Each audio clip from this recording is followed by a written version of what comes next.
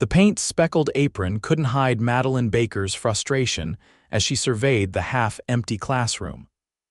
5 minutes until her community center art class began, and only 4 students had arrived.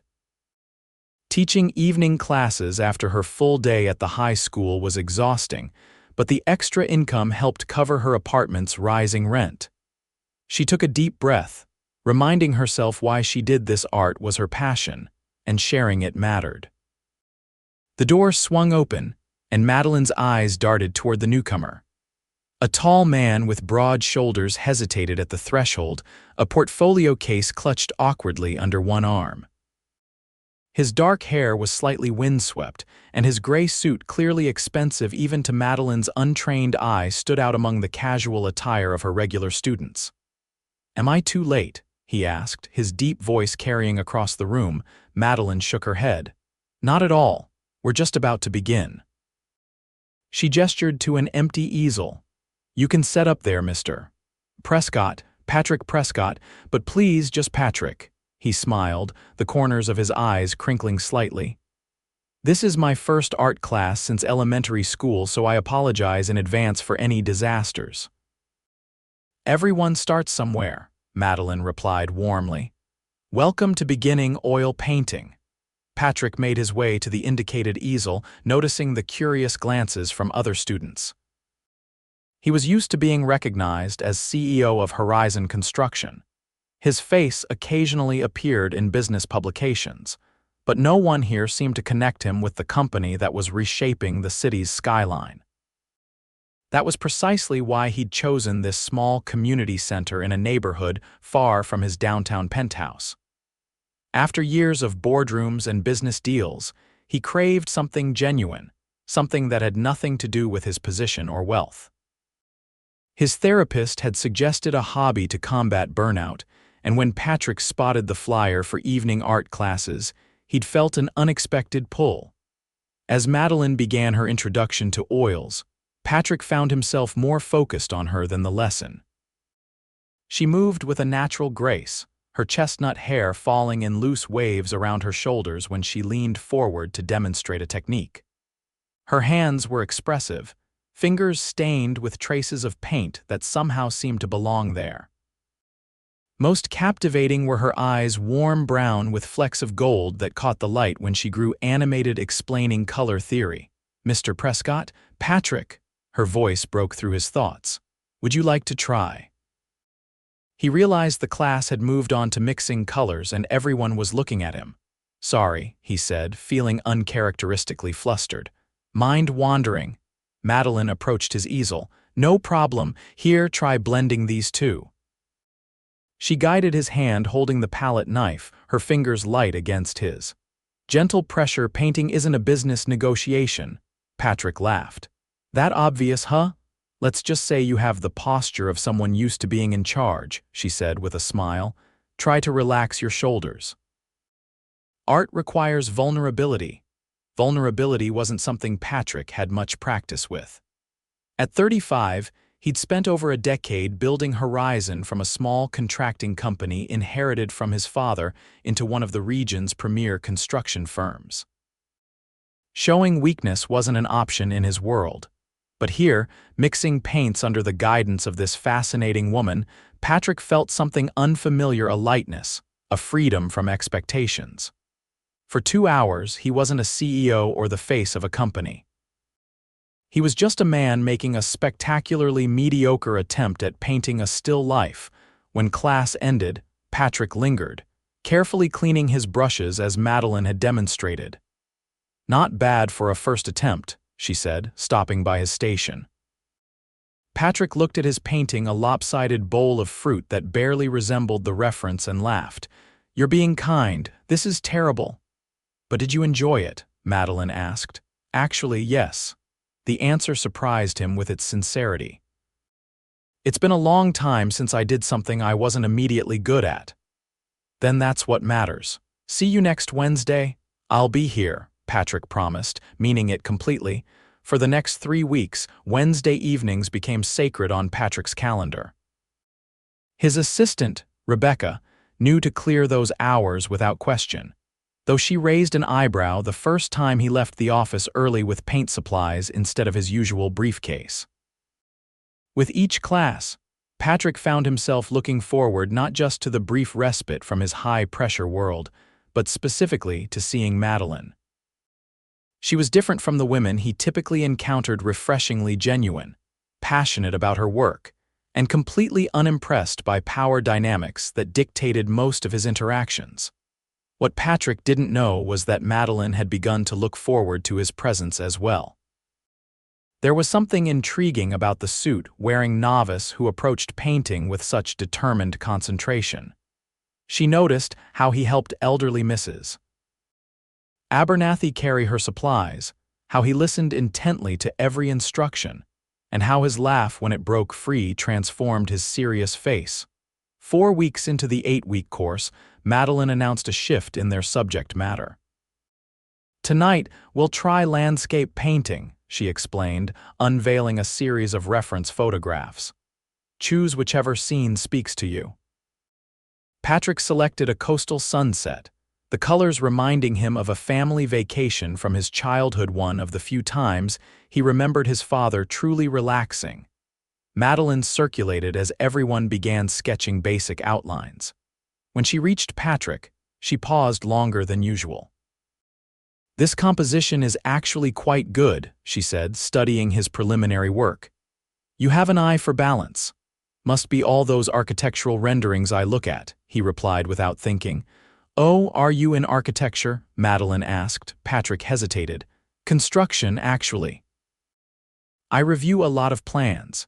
It wasn't a lie, just an omission. Something held him back from revealing his position. Here, he wasn't being evaluated for what he could offer or how important he was. The anonymity felt precious. "That explains your attention to structural elements," Madeline nodded. "Try softening your approach with the clouds, though. They're not blueprints, they move and change." As the evening progressed, Patrick became absorbed in his painting, attempting to capture the ephemeral quality of light that Madeline described. When she announced the end of class, he was startled by how quickly the time had passed. "These need to dry before you can continue," Madeline explained. "We'll finish next week." As students packed up, Patrick noticed Madeline checking her phone and frowning. "Everything okay?" he asked. She sighed. "My car's in the shop and it looks like my ride fell through. No big deal, I'll just call a ride service." "I could drive you," Patrick offered before he could overthink it. "If that's not weird or unprofessional." Madeline hesitated, then smiled. "Actually, that would be great if you're sure it's no trouble." "None at all." After Madeline locked up the classroom, they walked to the parking lot where Patrick's Range Rover sat among more modest vehicles. "Nice car," Madeline commented as he opened the passenger door for her. "Thanks." "It's practical for site visits," he said, downplaying the luxury vehicle's significance. "Where to?" he asked once they were both settled in. "Westridge Apartments on Maple Street. Nothing fancy, but the light in my studio space is perfect." As they drove, conversation flowed more easily than Patrick anticipated. Outside the classroom context, Madeline was even more engaging. She told him about her full-time position teaching art at the local high school, her dreams of someday opening a small gallery, and her ongoing battle with her apartment building's management over raising rents.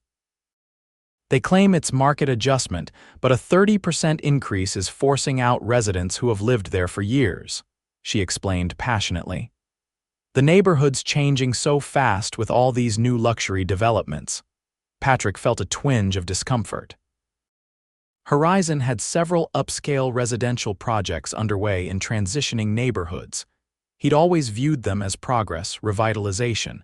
Hearing Madeline's perspective made him consider the other side of that equation. "What about you?" she asked. "Do you live downtown?" "Yes," he admitted. "A condo in Riverpoint Towers," Madeline whistled. "Fancy, construction must pay well." "I've been fortunate," Patrick said carefully, "but it's just a place to sleep most nights." They arrived at her building, a dated but well-maintained apartment complex.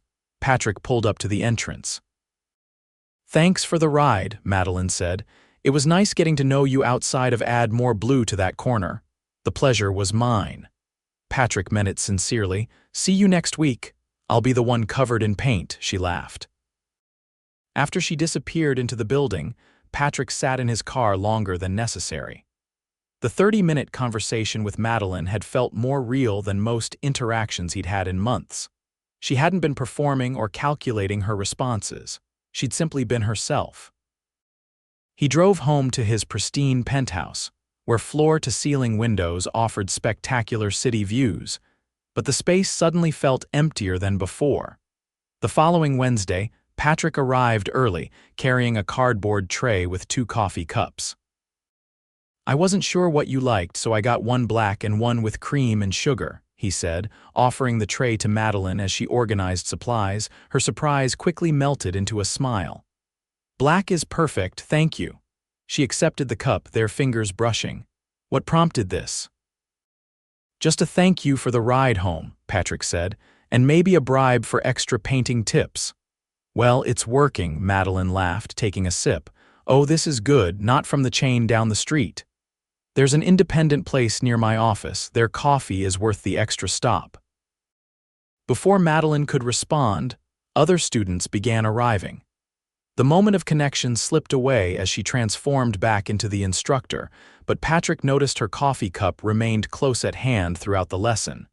That evening, they continued their landscape paintings. Patrick struggled with the sunset's colors, creating muddy oranges instead of the vibrant hues he envisioned. "Frustrating, isn't it?" Madeline said, appearing beside him during a moment when other students were absorbed in their work. "When what's in your mind won't translate to the canvas." "Extremely," Patrick admitted. "I'm used to seeing results when I put in effort." "Art requires a different kind of patience." She reached for his palette. "May I?" When he nodded, she mixed several colors, creating a luminous orange that captured exactly what he'd been attempting. "The secret is building layers," she explained. "You can't rush to the final product. Each stage needs time." "That's not my strong suit," Patrick confessed. "Waiting."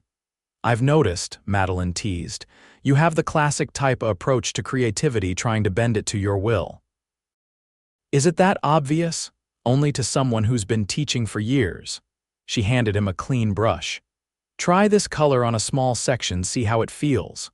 The remainder of class passed quickly, and Patrick's painting improved under Madeline's guidance.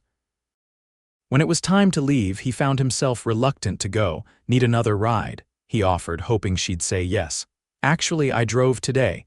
My car's back from the shop, it just needed a new alternator." She smiled apologetically. "But thanks for offering, of course." Patrick tried to hide his disappointment. "See you next week."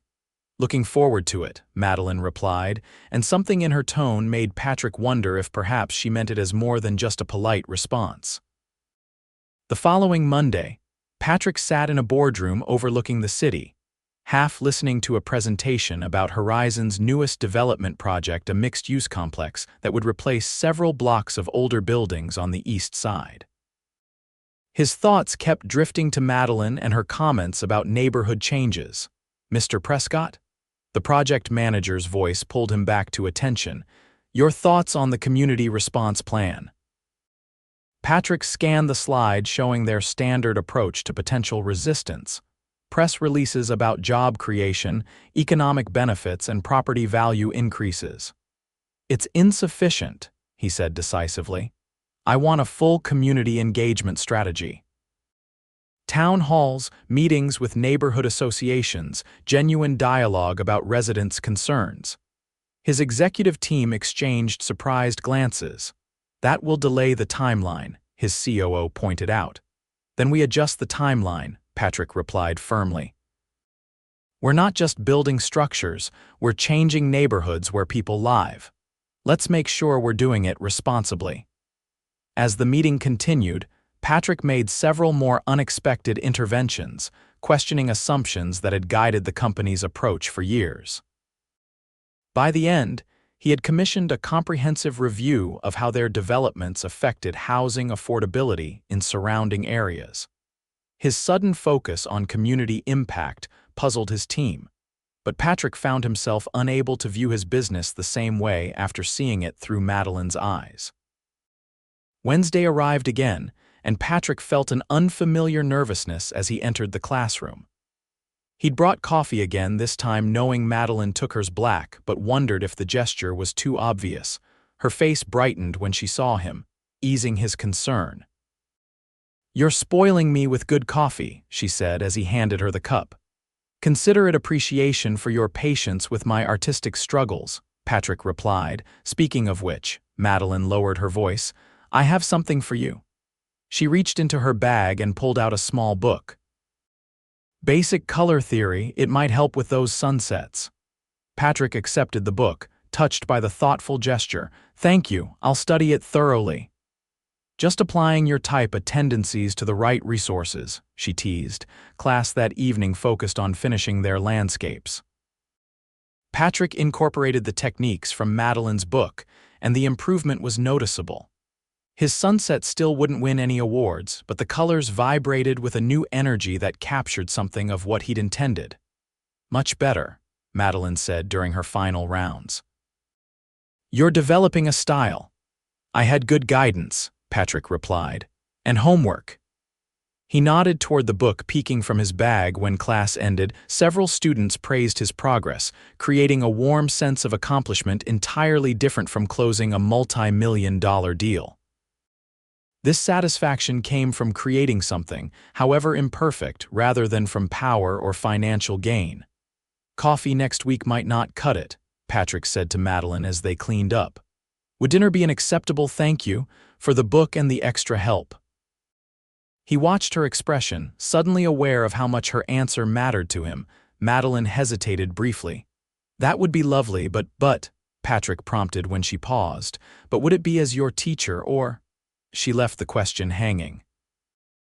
"As someone I'd like to get to know better," Patrick answered honestly.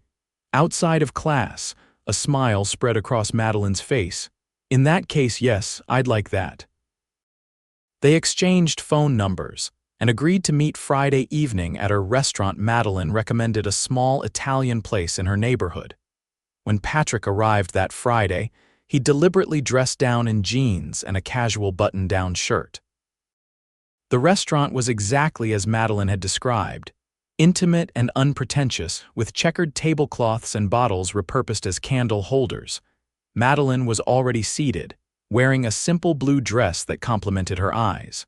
Her hair was down, framing her face in soft waves.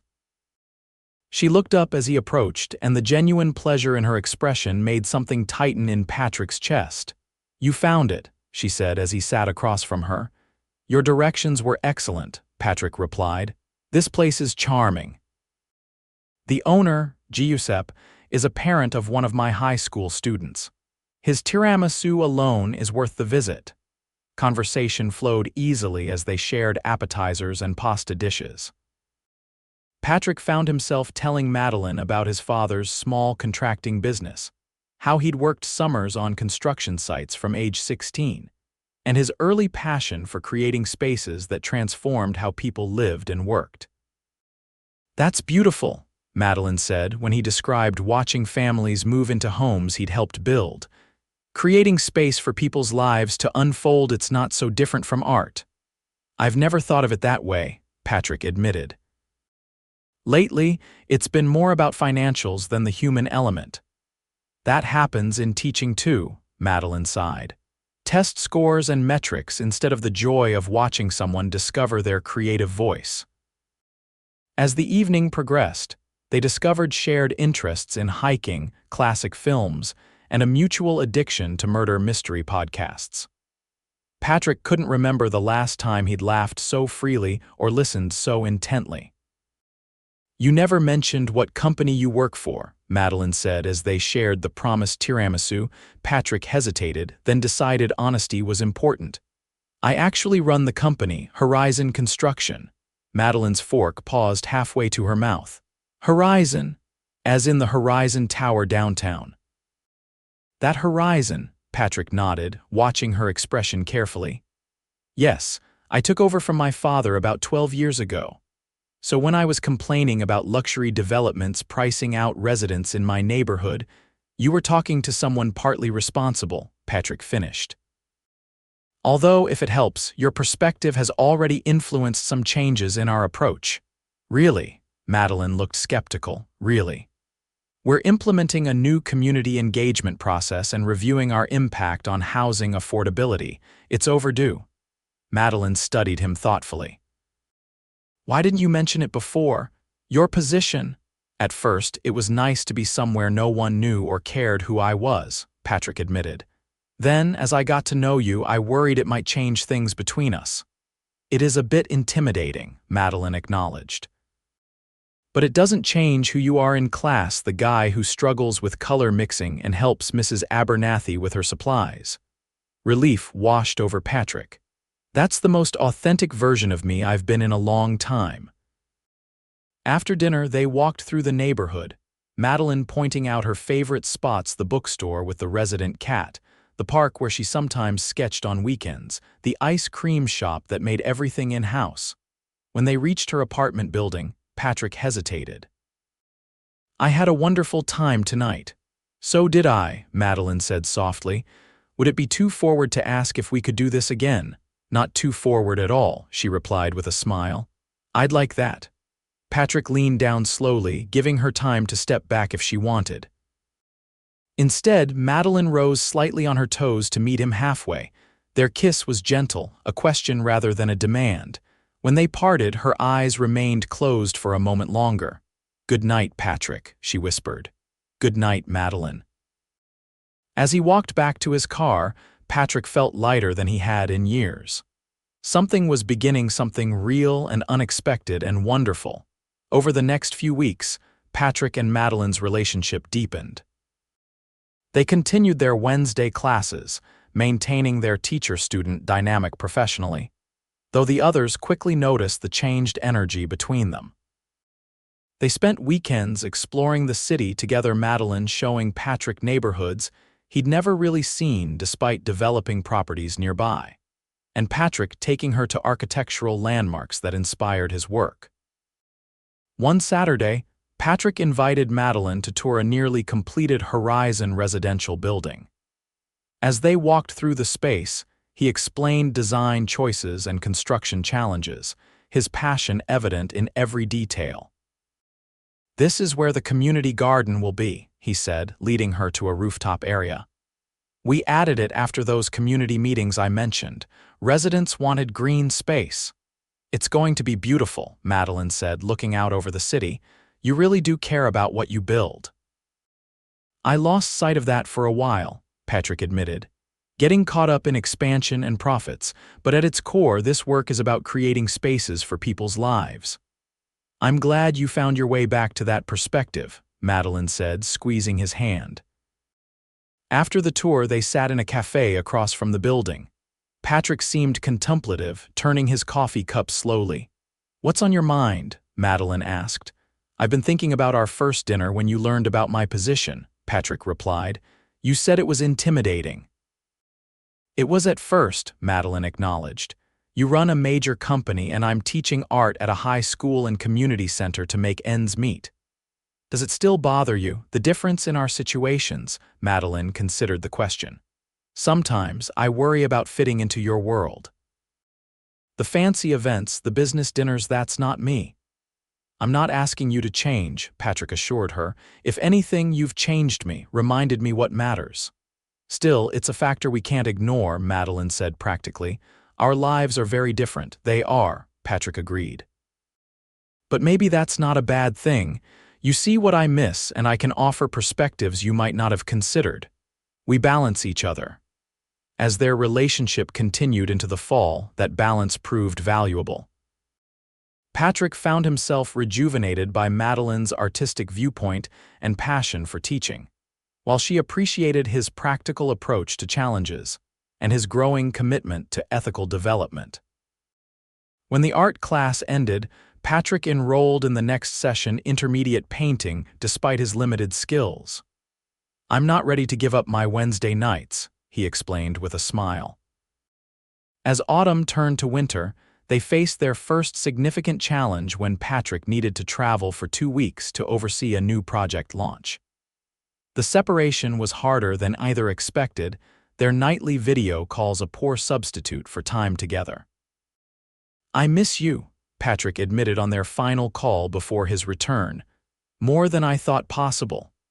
"The apartment feels empty without you dropping by," Madeline confessed. "Even my students noticed I've been distracted."